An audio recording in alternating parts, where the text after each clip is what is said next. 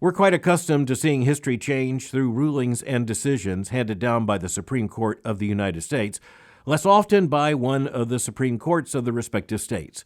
But just in the last few days, the Alabama State Supreme Court handed down a history-making decision which found that human embryos are covered by Alabama law and even by the Alabama Constitution as children, regardless of where an embryo may be found. With very precise language, the majority opinion from the Alabama court declared that there is no, quote, extrauterine exception to the Alabama law protecting children. No extrauterine, that is outside the uterus, exception. In incredibly clear language, Justice James Mitchell declared, quote, all parties to these cases, like all members of this court, agree that an unborn child is a genetically unique human being whose life begins at fertilization and ends in death. Furthermore, he went on to say, in the majority opinion, quote, unborn children are children under the Act without exception based on developmental stage, physical location, or any other ancillary characteristics. After the Supreme Court in Alabama handed down its decision, almost immediately critics charged that the decision would shut down all IVF procedures in the state and that the consequences would ripple through issues far beyond in vitro fertilization. Some on the left immediately charged that this would further complicate pro-abortion arguments. Well, I think they're absolutely right, and I'm glad they're absolutely right. I think this should further complicate abortion arguments. Now, the hard thing is that many who consider themselves pro-life have refused to extend their own logic to the huge moral crisis posed by IVF procedures. The blunt and unavoidable question is this: do pro-lifers really believe what they say? Do we really believe that unborn children are children? If not, then we've been lying to ourselves and to everyone else. But if we really do believe this, how do we reckon with the fact that there are millions of frozen children locked in indefinite freeze and destined for destruction due to IVF procedures? Now, by the way, it's not just destined for destruction. Many of them are being now routinely destroyed. In one headline news story coming out of Great Britain, thousands were destroyed in the name of medical ethics simply because room needed to be made. And furthermore, there were questions about the aging of the embryos. Just think about that for a moment. I understand that this is an issue many evangelical Christians do not want to be addressed because, after all, there are so many people who want a baby. And IVF technology offers at least the promise that many people who could not otherwise have a baby might have a baby. We understand as evangelical Christians and deeply appreciate the desire for a baby and honor it. But IVF technology requires the moral alienation of goods that God intended to come together and to be held together. Now, get this straight. This is just very simple Christian biblical logic. It's understandable to anyone, I think, of almost any age. A man plus a woman plus marriage is the right context for children to emerge with no moral complications.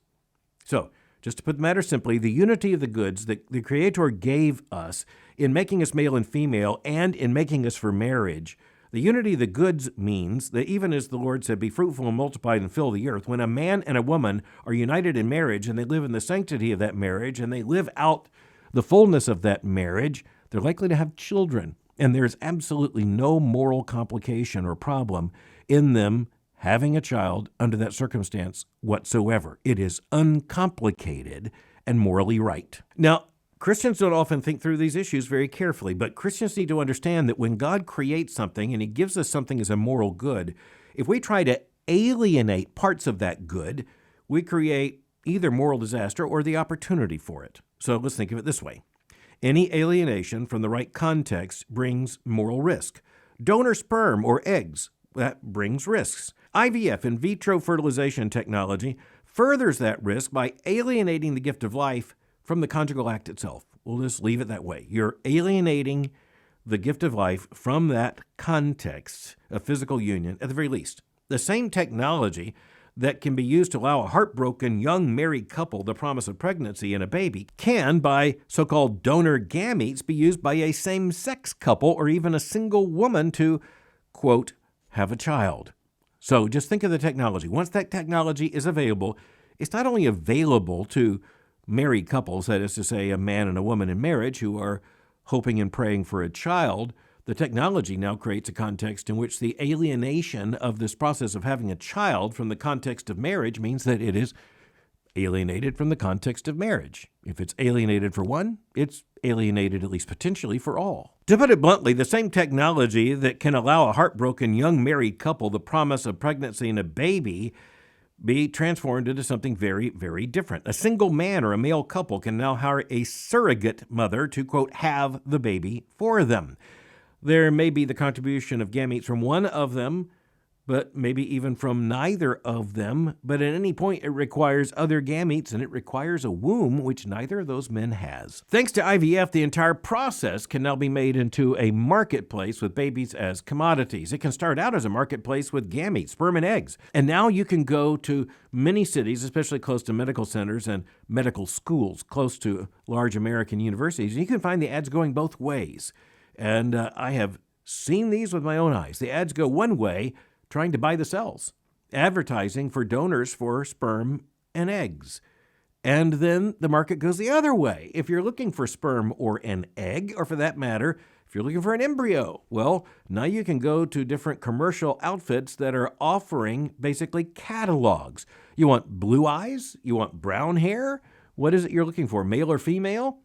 It is turning human beings into a commodity. Now, that is not what a Christian husband and wife are seeking as they are seeking a baby. But nonetheless, the technology that allows for the one allows for others as well. Now, we'll talk more about lowering the moral risk in this, but the point is the wild, wild west of human reproduction, and for that matter, a commodification of human babies, it's now become so routine that medical practice has aligned itself with this in such a way that thanks to IVF, the entire process is made into one giant marketplace, and you also have the fact that this leads inevitably to the reduction or the destruction of many of these embryos.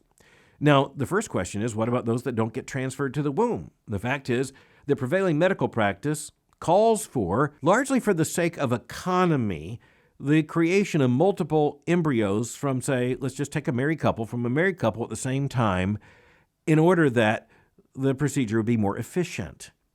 But then the prevailing medical practice also calls for the transfer of more than one of those embryos into the womb at the same time. And this leads to a danger to the embryos just in terms of their dignity, indeed with a threat of destruction, because some of them which are not transferred into the womb ever, they're basically in a deep freeze, and let's face it, they're destined for eventual abandonment and destruction.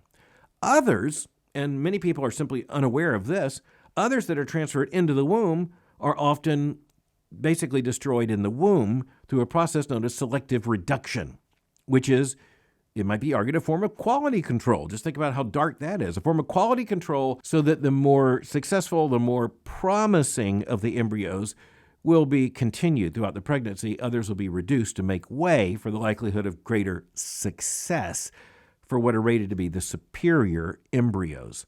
And this is pretty much the standard practice. As a matter of fact, some practitioners in IVF will not take a couple if they do not agree up front to the creation of multiple embryos and to the use of selective reduction after transfer to the womb. Quite frankly, over a period of time, greater success, let's just put it that way, in the application of the technology has meant that there are sometimes fewer that are now reduced. But the point is, if you even go back, say, a few years to standard medical practice and to the continuation of this logic, there are many practitioners who won't take a couple who will not agree up front to the multiple embryos and to selective reduction. Let's also be clear, selected reduction means the targeted killing of some embryos in the woman's womb.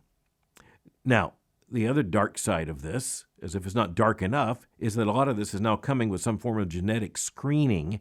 And you also have the commodification on the front end of people who are saying, I want a sperm or an egg that's likely produced a blonde-haired, blue-eyed child or whatever.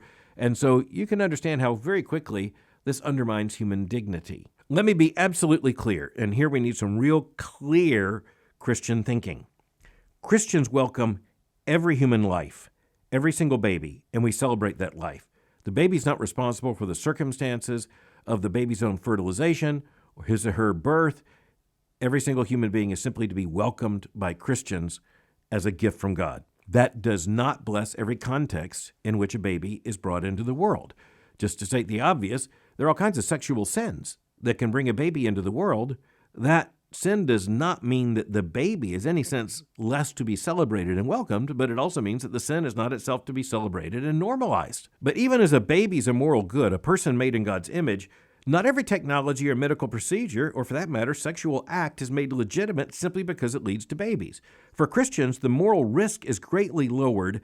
This is really important for Christian couples. For a young Christian couple, man and woman, the moral risk is greatly lowered by using only gametes from the husband and wife and by transferring all the embryos to the womb, perhaps even in successive pregnancies, with none abandoned and none reduced. Put quotation marks around reduced. That means selective destruction in the womb. None of them. So the Christian couple can significantly lower the risk by insisting upon this application of the technology. But it's also interesting to note that there are some medical clinics who would not agree to this, and they say right up front they would not agree to this. The case out of Alabama serves as a graphic warning of what can happen, and indeed does happen. No one said this issue was going to be easy or unemotional, but the Alabama High Court decision has just put it on the nation's agenda, and it also falls squarely now in the Christian conscience.